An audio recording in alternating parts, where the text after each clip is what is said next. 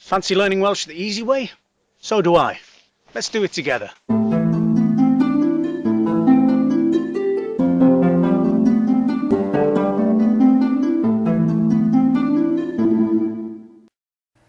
Simai, hello, and welcome back to another episode of Learning Welsh with Will.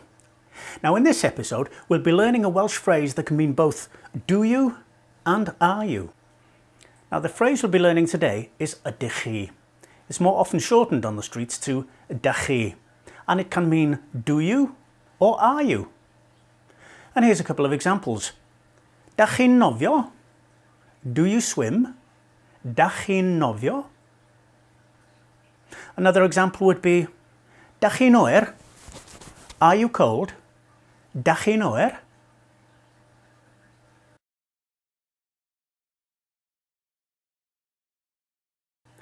Now in Welsh there are very few straight yes or no answers. The answer usually depends on the question asked. So for example, can you do something? The answer would be I can or I cannot.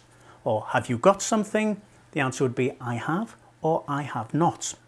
Now because this question is ydych chi, the answer would be ydw for yes and nac ydw for no. So for example, dach chi'n nofio? Do you swim? Ydw, I do. Dach chi'n oer? Are you cold? Nac ydw, I'm not. So there you go, another handy Welsh phrase. Well, that's all from this episode. So enjoy your Welsh, keep practicing, and I'll see you in the next one. Hwyl fawr i chi.